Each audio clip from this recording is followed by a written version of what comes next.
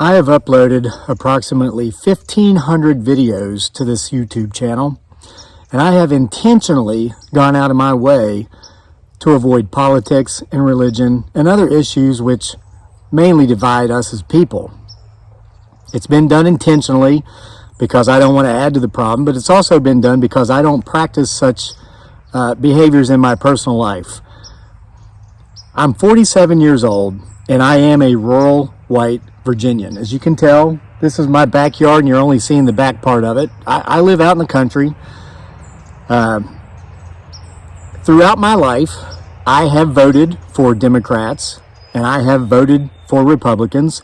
I've gone the full cycle of being a bleeding heart liberal in college and becoming a little bit more conservative later in life, but then figuring out, like, God rest his soul, George Carlin, a political comedian, used to say that both the right wing and the left wing belong to the same bird.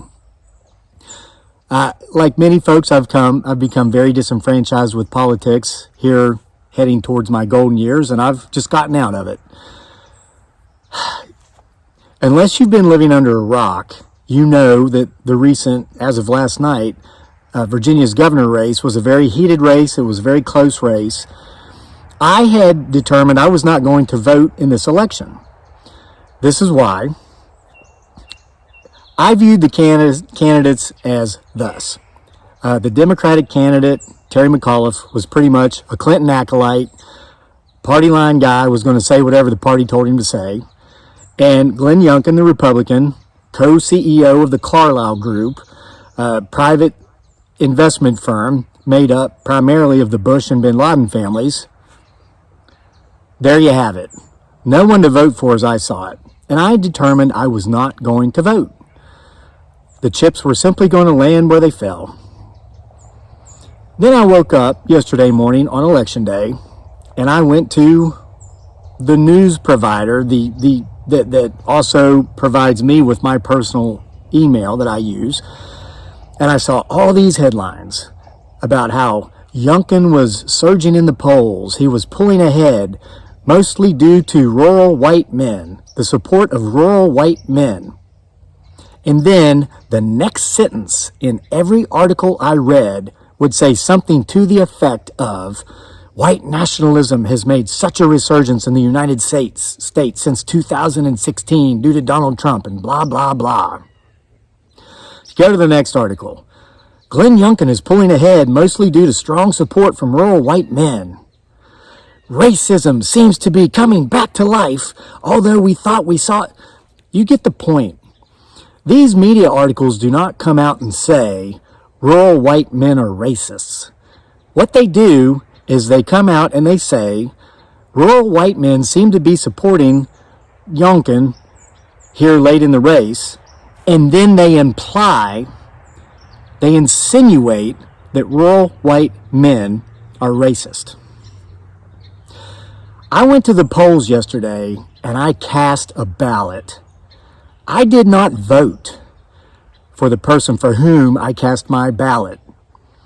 And I did not vote against the person for whom I did not cast my ballot.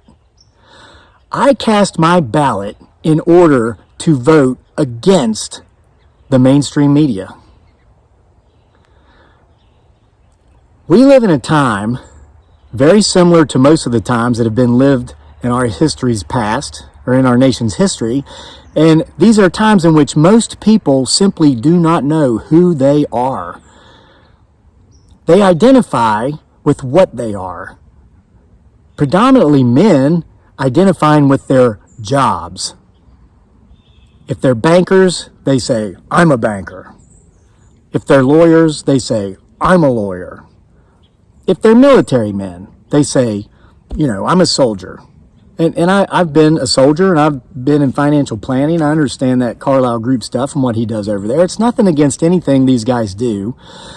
And I frankly don't think that these people in politics, men or women on either party, are nearly as divisive as the mainstream media wants to make them out to be. But let me tell you, after I went and cast my ballot, later in the day, my wife and I took our son into town to get his hair cut. Now, my wife is Asian. My son is biracial. We went into town and we had our son's hair cut by a man who is white and who's been cutting hair for 62 years.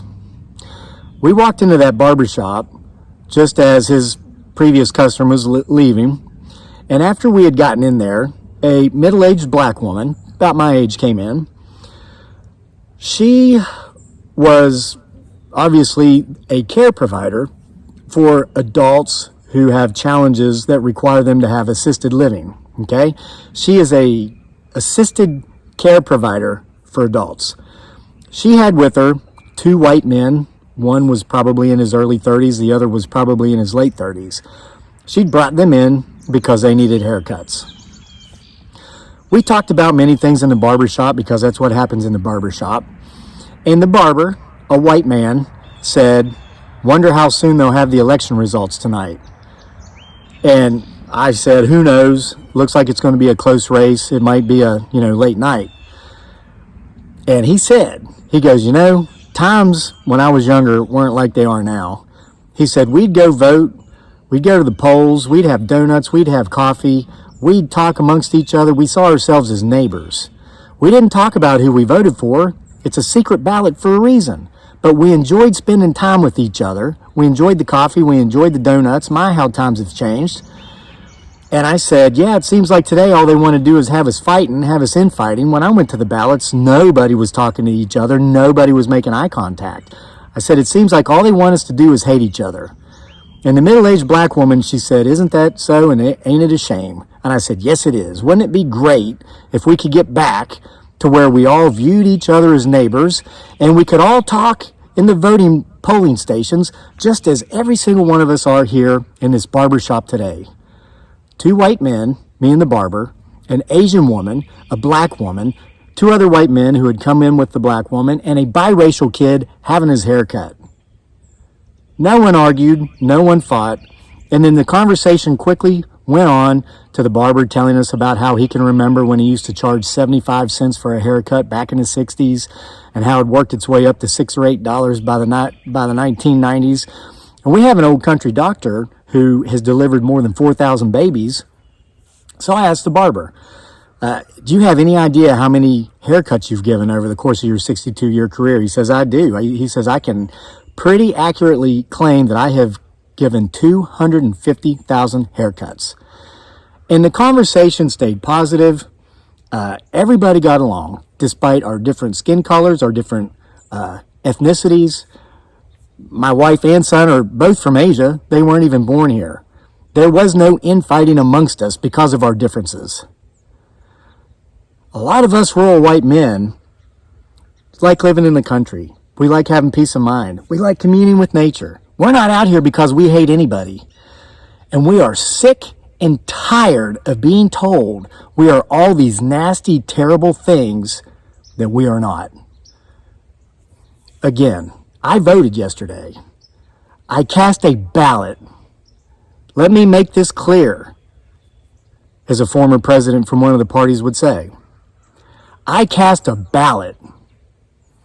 I did not necessarily vote for the person for whom I cast my ballot. And I did not necessarily vote against the person for whom I did not cast my ballot. I cast my ballot to directly vote against the mainstream media and their constant message of hate and division. Wake up. It's well past time.